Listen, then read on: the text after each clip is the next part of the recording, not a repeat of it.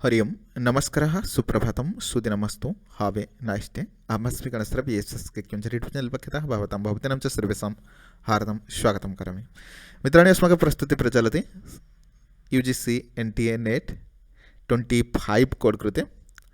अद्य एव वयम् आलोचनं करिष्यामः दर्शनसाहित्यस्य विशिष्ट अध्ययनं। पश्यन्तु अत्र इकाई IV दर्शन साहित्य का विशिष्ट अध्ययन। अद्य ईश्वर कृष्णः महोदयस्य सांख्यकारिकाधारेण सत्कार्यवादस्य अध्ययनं वयं करिष्यामः। तर्हि आगच्छन्तु शीघ्रमेव आलोचनं करिष्यामः।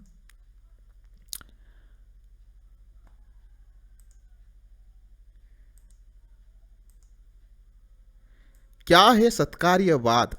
किसे कहते हैं सत्कार्यवाद? पहले हम समझ लेते हैं। सत्कार्यवाद, सत का अर्थ है पूर्व से विद्यमान है, ठीक है। पूर्व से विद्यमान है। सत्कार्यवाद का अर्थ है कार्य सत है, जो कि कारण में पूर्व से ही विद्यमान रहता है। देखिए, जो सत्कार्यवाद सांख्य दर्शन का मुख्य आधार है। कपिल मुनि विरचित सांख्य दर्शन का ये सत्कार्यवाद मुख्य आधार है, मुख्य सिद्धांत है। इस सिद्धांत के अनुसार क्या तात्पर्य है सत्कार्यवाद? क्या तात्पर्य है सत्कार्यवाद?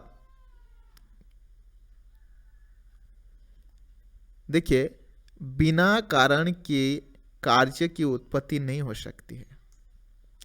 बिना कारण के कार्य की उत्पत्ति नहीं हो सकती है।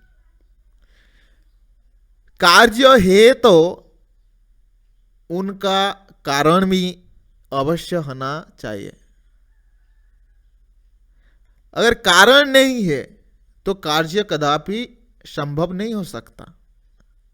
हिंदी भाषा मुझे ज़्यादा अच्छे तरह मालूम नहीं है और व्याख्यान में थोड़ा त्रुटि हो जाए तो क्षमा प्रार्थना पहले से ही करता हूँ।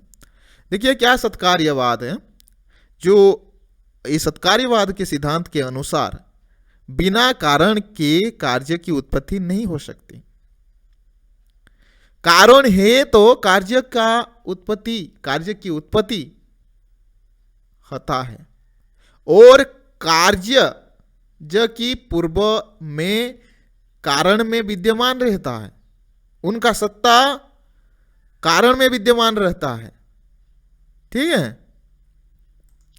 फलतः इस जगत की उत्पत्ति शून्य से नहीं, जगत की सृष्टि हुई है, इस जगत की उत्पत्ति शून्य से नहीं हुआ है, किसी मूल सत्ता से है, किसी मूल सत्ता है, उनका भी कारण है, जगत सृष्टि का भी कारण है। जो सिद्धांत बौद्धों के शून्यवाद के विपरीत है, ये सत्कार्यवाद, ठीक है। सत्कार्यवाद इस सांख्य दर्शन का प्रमुख सिद्धांत है, और इस सत्कार्यवाद कहता है कार्य पूर्व में कारण में विद्यमान रहता है, परंतु उनका विपरीत जो बौद्ध वाले कहते हैं शून्यवाद को ग्रहण करते हैं। देखिए, जगत की सृष्टि हुई है और उनका कारण भी अवश्य है, ये चीज ग्रहण करता है सांख्य दर्शन, परंतु बौद्ध दर्शन कहता है शून्य शून्य महाशून्य, शून्यवाद को ग्रहण करता है, ठीक है, जो कि विपरीत, सत्कार्यवाद की विपरीत। फिर देखते हैं न्याय दर्शन क्या कहता है। देखिए, न्याय दर्शन वो सत्कार्यवाद को स्वीकार कर लेता है। वो सत्कार्यवाद क्या है? सत्कार्यवाद का विपरीत है। सत्कार्यवाद क्या कहता है? कार्य में कारण पूर्व से ही विद्यमान था, अव्यक्त रूप में विद्यमान था। कार्य है व्यक्त रूप, परंतु न्याय दर्शन कहता है वो असत्कार्यवाद को ग्रहण करता है, जो सत्कार्यवाद का विपरीत, संपूर्ण विपरीत है। ये कहता है कि कदापि कार्य पूर्व में कारण में विद्यमान नहीं था। ठीक है, एक ही सत्कार्यवाद की का जो संपूर्ण विपरीत में कहता है, न्याय दर्शन असत्कार्यवाद को ग्रहण करता है।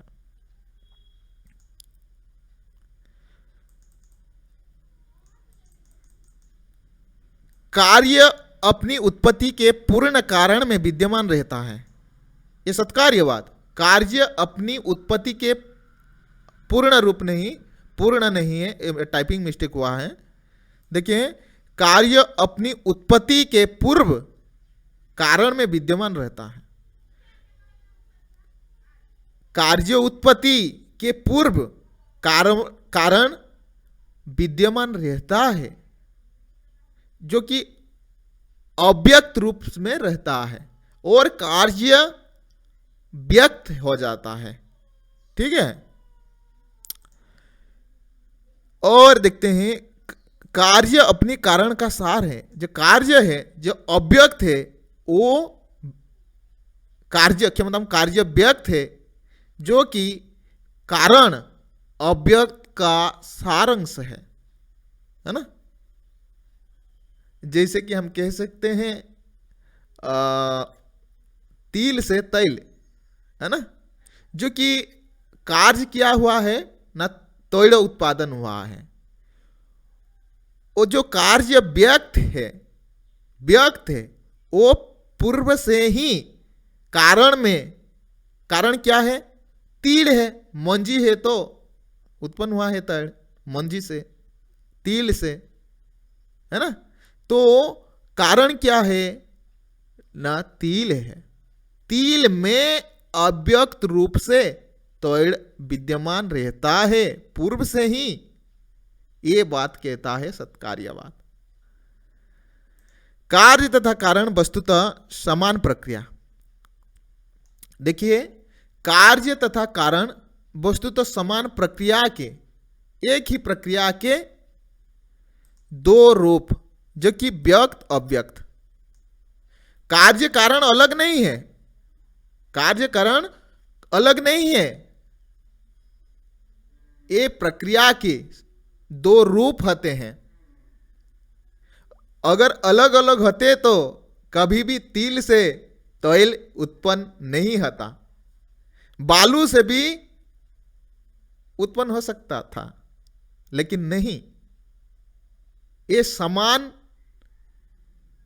रूप जिसका सार कार्य में विद्यमान है, कारण में विद्यमान है, वो ये सत्कार्यवाद कहता है कि जो कार्य कारण में पूर्व से ही विद्यमान रहता है। जो कार्य तथा कारण, ये कार्य कारण संबंध को हम थोड़ा समझ लेते हैं। कार्य तथा कारण, कार्य कारण भाव क्या है, क्या संबंध है कार्य कारण संबंध सांख्य की दृष्टि में?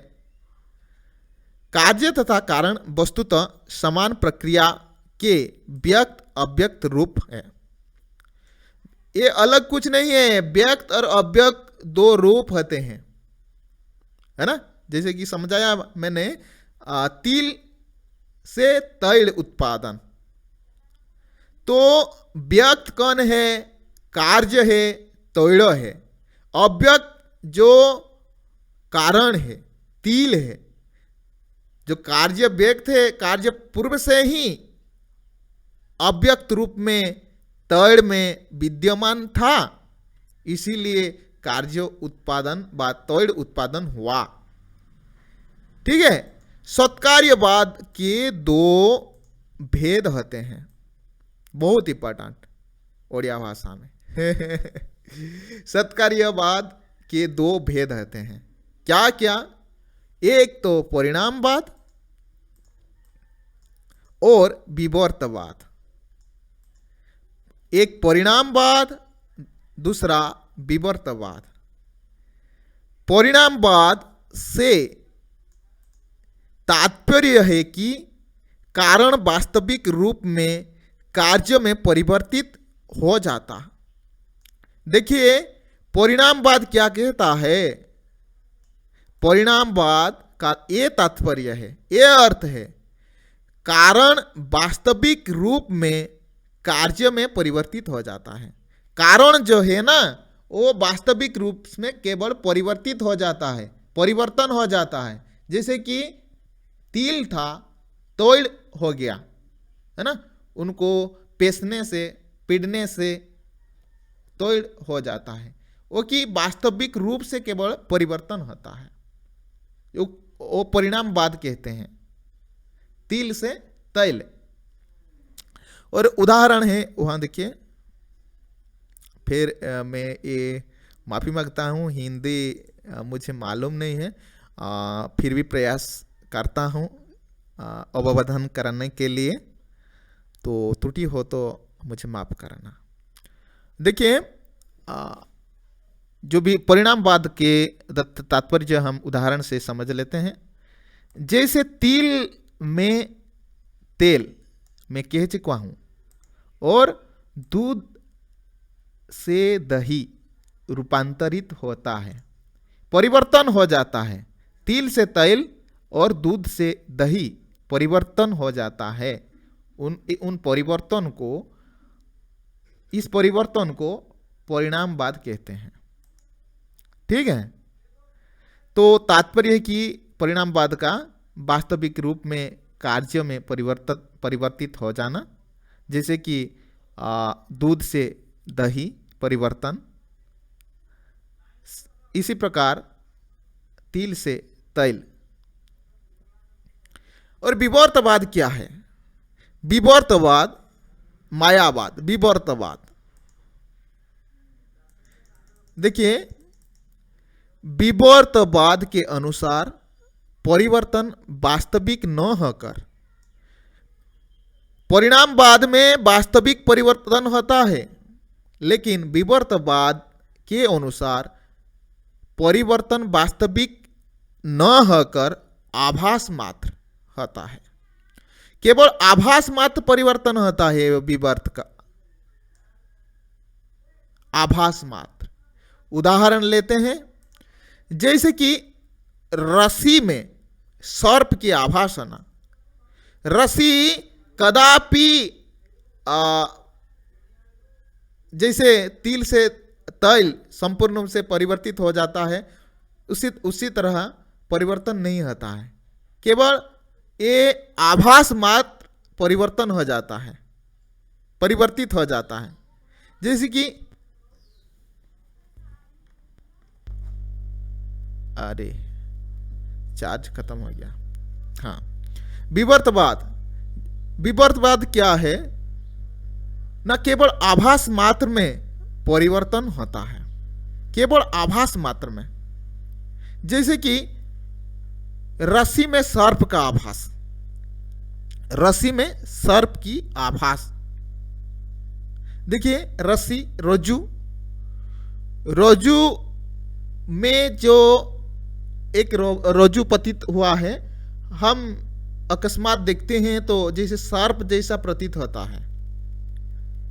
इस आभास मात्र परिवर्तन रज्जू का ये विवर्त कहा जाता है। ये कार्य क्या है? व्यक्त क्या हो गया है? ना सर्प साफ प्रतीत हो गया, ये कार्य व्यक्त हो गया है, लेकिन कारण क्या था? अव्यक्त रूप में रज्जू था, है ना। ये विवर्तवाद। तो विवर्तवाद केवल आभास मात्र में परिवर्तन होता है, और जो परिणामवाद वास्तविक रूप में परिवर्तन हो जाता है। आइए देखते हैं जो कारणवाद।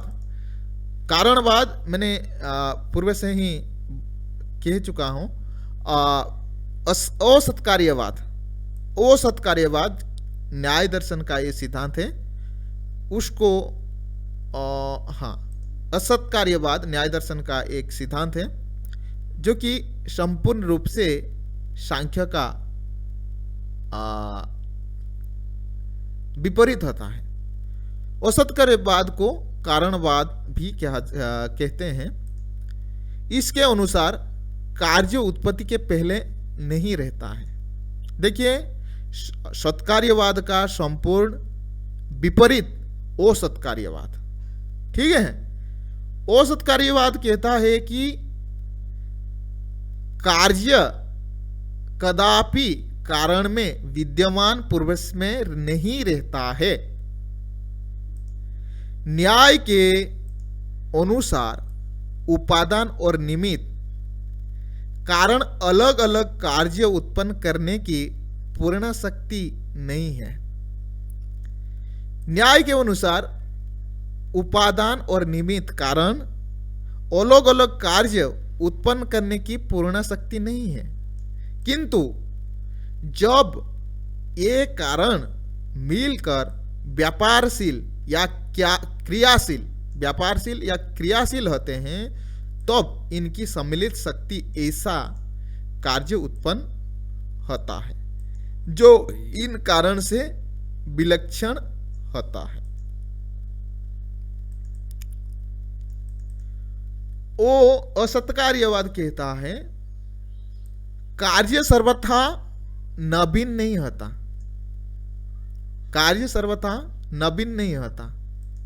उत्पत्ति के पहले इसका अस्तित्व भी नहीं होता। कारण केवल उत्पत्ति में सहायक होते हैं। कारण कभी भी कार्य उत्पत्ति नहीं करते हैं, सहायक करते हैं कार्य उत्पत्ति के लिए।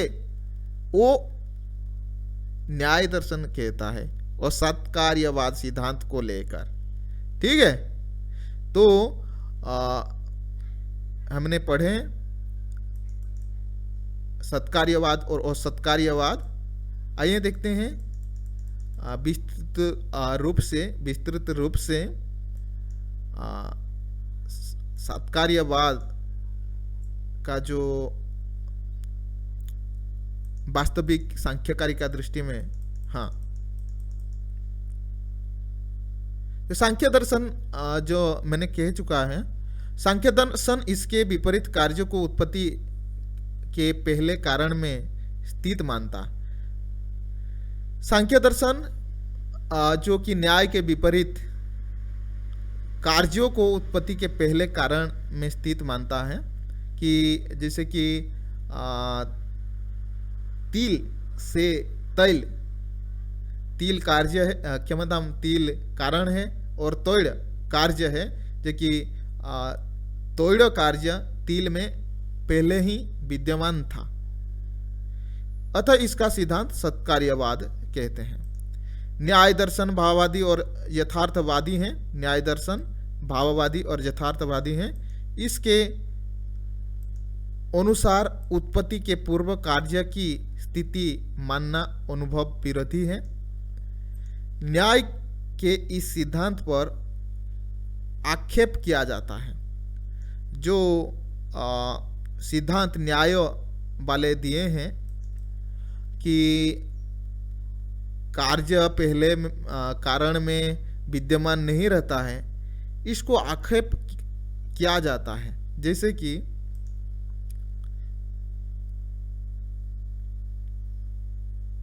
औसत कार्य उत्पन्न होता है तो औसत से कार्य उत्पन्न होता है तो ससश्रुंग जैसे औसत कार्य भी उत्पन्न होना चाहिए। यदि औसत से कार्य उत्पन्न हो जाता है, ऐसे न्याय दर्शन ग्रहण करता है, तो ससश्रुंग, सस का भी उड़िया में ठेकुआ कहते हैं, श्रृंग होना चाहिए, ठीक है। यदि असत का कार्य असत से कार्य उत्पन्न होता है तो ऐसे आक्षेप किया जाता है और असत कार्यवाद को उपहसित करने के लिए।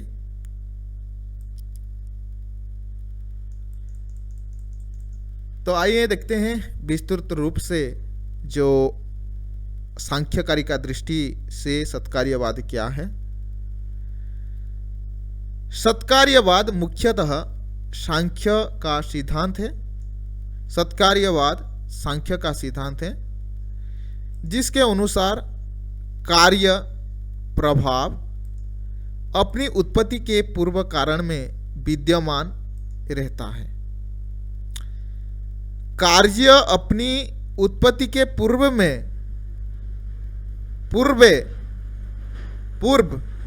कारण में विद्यमान रहता है। जैसे कि कार्य है तेल और कारण है तोड़, तिल, मंजी।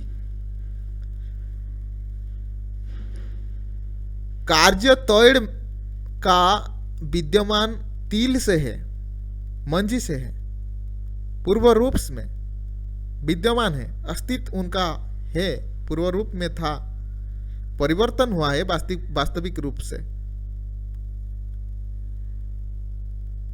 इसके अनुसार सत जिसका अस्तित्व है वो असत जिसका अस्तित्व नहीं है उत्पन्न नहीं हो सकता। जिसका सत है सत का ही उत्पन्न होता है, सत उत्पन्न होता है। असत से सत उत्पन्न कभी नहीं हो सकता है, ये सांख्य कहता है।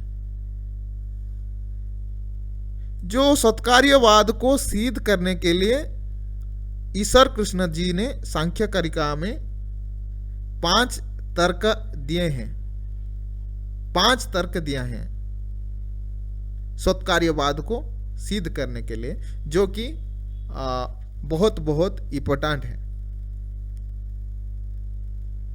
आइए देखते हैं ईश्वर कृष्ण जी सत्कार्यवाद को सिद्ध करने के लिए क्या कहते हैं। देखिए ये कारिका बहुत इंपॉर्टेंट है सांख्य कारिका की। असद करणात् उपदन ग्रहणात् सर्वसंभवाभावात् सक्तस्य शक्य कारणात् कारणभावाश्च सत्कार्यम्। असद करणात् उपदान ग्रहणात् सर्वसंभवाभावात् सक्तस्य शक्य कारणात् कारणभावाश्च सत्कार्यम्। देखिए 5 तर्क बहुत इंपॉर्टेंट। असद अकरणात् 1, उपादान ग्रहणात् 2, सर्वसंभवाभावात् सर्वसंभव अभावात् 3, सक्तस्य शक्यकरणात् 4, कारणभावाश्च 5। ये 5 युक्ति बहुत ही इंपॉर्टेंट सत्कार्यवाद को सिद्ध करने के लिए, जो कि कारिका नंबर 9 में सांख्य कारिका में विद्यमान है। असद करणात् असत, असत न सत असत, अकरणात् असत युक्त अकरणात्, असद से जो सत नहीं है उनका अकरणात्, अकरण उनका कार्य उत्पन्न नहीं होता। ठीक है। उपादान ग्रहण, उपादान ग्रहणात्, उपादान ग्रहण से, उपादान ग्रहण क्या है ना, जो कार्य होता है उस उपादान, उस कारण को ही लिया जाता है। उपादान का अर्थ वहां कारण है। विस्तृत रूप में आप बाद में अध्ययन करेंगे। इस क्लास में ही थोड़ा इस जो पद का छेद कर लेते हैं। बाद में इनका जो 5 युक्तियां हैं इनका विस्तृत रूप से अध्ययन करेंगे। उपादान ग्रहणात्, उपादान ग्रहण से कार्य सत है। असत अकरणात्, असत अकरणात्, असत अकरण से कार्य सत है। उपादान ग्रहण से कार्य सत है। सर्वसंभवा अभावात्, सर्वसंभव युक्त अभावात्, सर्वसंभव, सर्वसंभव भाव से, सर्वसंभव अभाव, सब कारण सब कार्य उत्पन्न नहीं कर सकते हैं। ठीक है, तो सर्वसंभाव अभाव, सत्यस्य सत्य कारणत्, सत्यस्य शक्य कारणत्, जो शक्ति का, जिस कार्य उत्पन्न करना का सामर्थ्य है वो ही कार्य उत्पन्न कर सकते हैं। कारण भाव से कार्य सत है, अर्थात कार्य अपने कारण में विद्यमान है। आइए देखते हैं ये 5 जो युक्तियां हैं उनका यथार्थ। कार्य सत है, अर्थात कार्य अपने कारण में सदा विद्यमान है, क्योंकि कार्य सत है, ये सत्कार्यवाद है। क्या है सत्कार्यवाद का यह अर्थ? कार्य सत है, अर्थात कार्य अपने कारण में सदा निरंतर विद्यमान रहता है। इस सत्कार्यवाद को सिद्ध करने के लिए 5 युक्तियां हमने केवल संक्षिप्त रूप से देखा है, अभी विस्तृत रूप से अध्ययन करेंगे।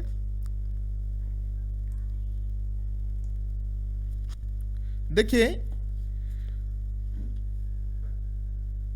पहला था कि असद अकरणात्, असद से कार्य उत्पन्न नहीं होता।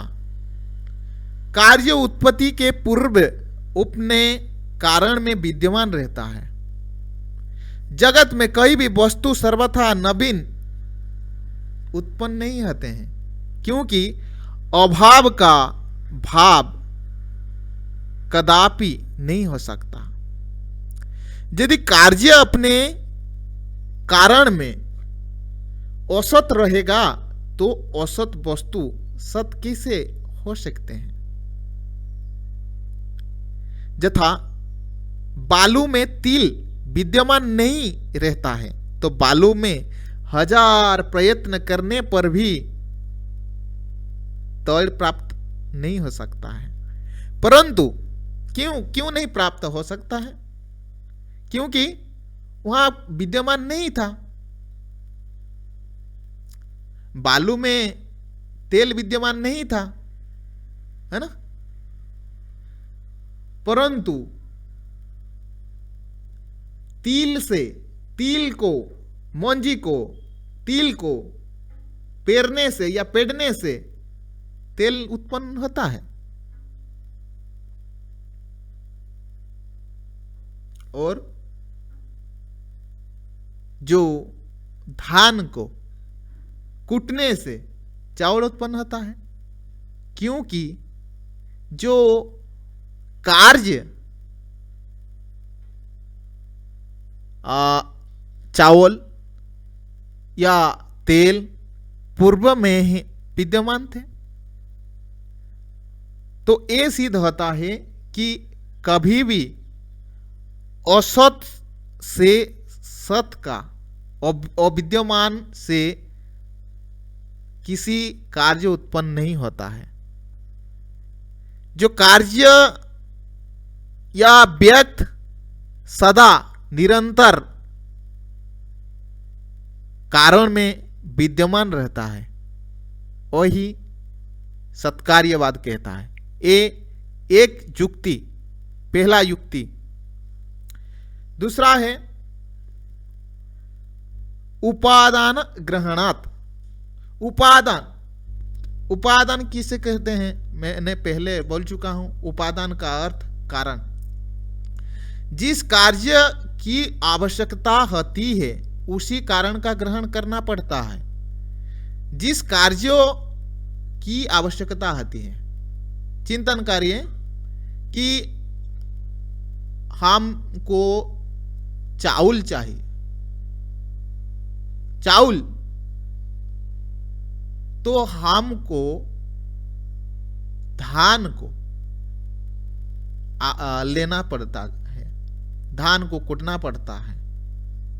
और भी हम ऐसे समझ लेते हैं उपादान ग्रहणात्, जो कार्य जिस कारण में पहले से विद्यमान रहता है उस कार्यों के लिए उसी कारण का ग्रहण किया जाता है। जो कार्य जिस कारण में विद्यमान पहले से विद्यमान रहता है वो कार्य के लिए उसी कारण को ही ग्रहण किया जाता है। चावल चाहिए तो धान को ही ग्रहण करना पड़ेगा, और तेल चाहिए तो तिल को ही, मौंजी को ही ग्रहण करने पड़ता है। ठीक है, तो ये अभी सत्कार्यवाद को सिद्ध करता है ये युक्ति। उपादान ग्रहणात्, उपादान, जो कार्य चाहिए उनका उपादान ग्रहण करना चाहिए। उपादान, जैसे कि चावल चाहिए तो धान का ग्रहण करना चाहिए, कारण है विद्यमान। और अभी हम उदाहरण ले सकते हैं, जैसे कि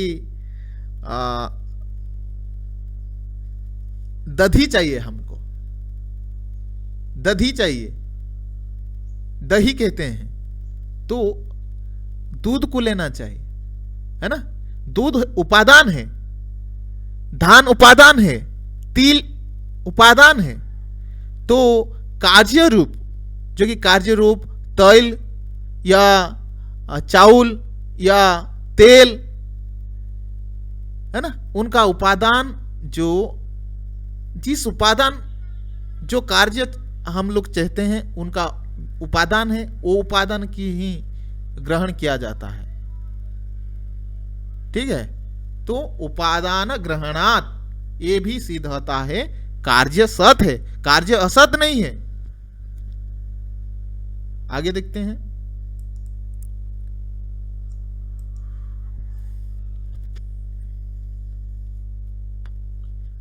सर्वसंभव अभावात्, सर्वसंभव अभावात्, देखिए सर्वसंभव अभावात्, हर कार्य हर जगह विद्यमान नहीं होता। सर्वसंभव, सबु किछि, ओडिया भाषा रे सबु किछि सबुठारे विद्यमान रुहे नहीं। हर कार्य, कार्य क्या है, व्यक्त है, हर जगह विद्यमान नहीं होता। देखिए हम लोगों को क्या चाहिए, तेल चाहिए, तो हम लोगों को तिल का ही लेना चाहिए, है ना। तिल ही उत्पन्न कर सकता है तैल। यदि हम लोगों को दही चाहिए तो दुग्ध या खीर को लेना चाहिए, है ना।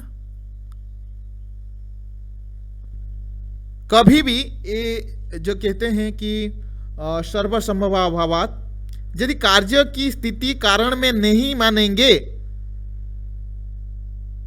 कार्य की स्थिति कारण में यदि हम लोग नहीं मानेंगे तो प्रत्येक कार्य प्रत्येक कारण से उत्पन्न हो जाते हैं, हो जाएंगे।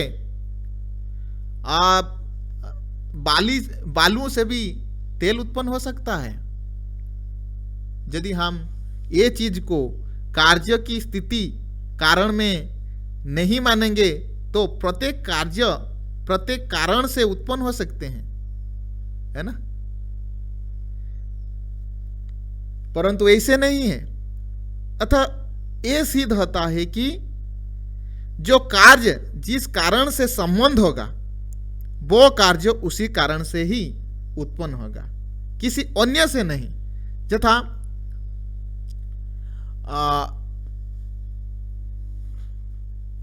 हम कह सकते हैं एक घट घट घट कदापि दूसरे चीज से नहीं बना जा सकता। हम कभी भी पानी से घट निर्माण नहीं कर सकते हैं। मिट्टी से ही घट का निर्माण होता है। प्रमुख संबंध रहता है ना। तो ये सर्वसंभव अभावात, हर कार्य हर जगह विद्यमान नहीं होता। हर कार्य की विशेष कारण है, विशेष उपादान है, विशेष संबंध है। कारण ही कार्य को उत्पन्न कर सकता है ना। ये भी सत्कार्यवाद को सिद्ध करता है। फिर देखते हैं जो कि अगला तर्क, सक्तस्य शक्य करणात्, सक्तस्य शक्य करणात्, जो कारण जिस कार्य को उत्पन्न करने में समर्थ होता है। सब कार्य सब कारण सब कार्य को उत्पन्न नहीं कर सकते हैं। सामर्थ्य होना चाहिए, शक्ति होना चाहिए। सीमित कार्य ही उत्पन्न कर सकते हैं। सक्तस्य शक्य करणात् सत्कार्यवादम, जो कारण जिस कार्य को उत्पन्न करने में समर्थ होते हैं वही उसे उत्पन्न कर सकते हैं, अन्य नहीं। इस प्रकार कार्य कारण में शक्य रूप, शक्य और सत्य रूप संबंध विद्यमान रहता है। अतः कार्य कारण में सत है, विद्यमान है। ठीक है। ये सत्यस्य शक्य करणात् कारण भावात्, कारण भावात्, जो कि अंतिम तर्क है।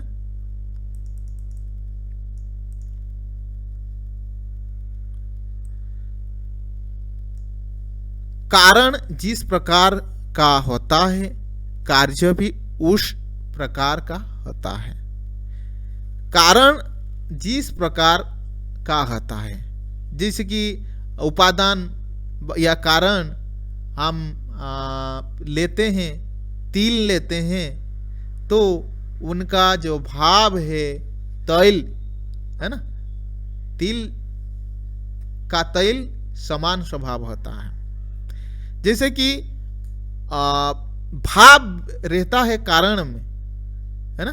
जैसे कि दधी जो कार्य दुग्ध में विराजमान रहता है, तो कारण जिस प्रकार का होता है कार्य भी उस प्रकार का होता है।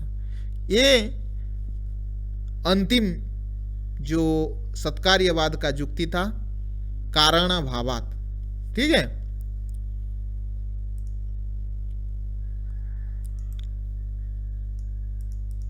आइए देखते हैं, औसत कारण जिसका अस्तित्व नहीं है उसे उत्पन्न नहीं किया जा सकता है। असद कारण जिसका अस्तित्व नहीं है उसे उत्पन्न नहीं कर सकते हैं। और उपादान ग्रहणात्, कुछ उत्पन्न करने के लिए सही उपादान मेटेरियल होना चाहिए। उपादान ग्रहणात्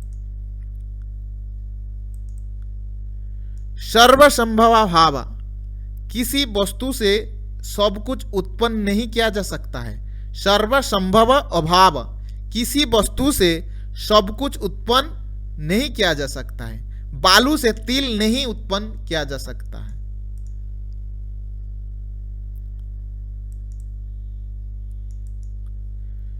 सत्यस्य शक्य करणात्, कारण केवल वही कर सकता है जो ही उसकी करने सकने की सीमा है। सीमा से बाहर, सामर्थ्य से बाहर ये कारण नहीं कर सकता है। कारण केवल वही कर सकता है जो उसकी कर सकने की सीमा है। ठीक है। जो कारण भाव, कार्य की प्रकृति कारण जैसी होती है। जैसे कि दूध से दही, है ना, ये प्रकृति भी अंतर्निहित है दूध में, दधी जो उत्पन्न होता है। ठीक है, तो एतावत् पर्यन्तं भवतु अद्य।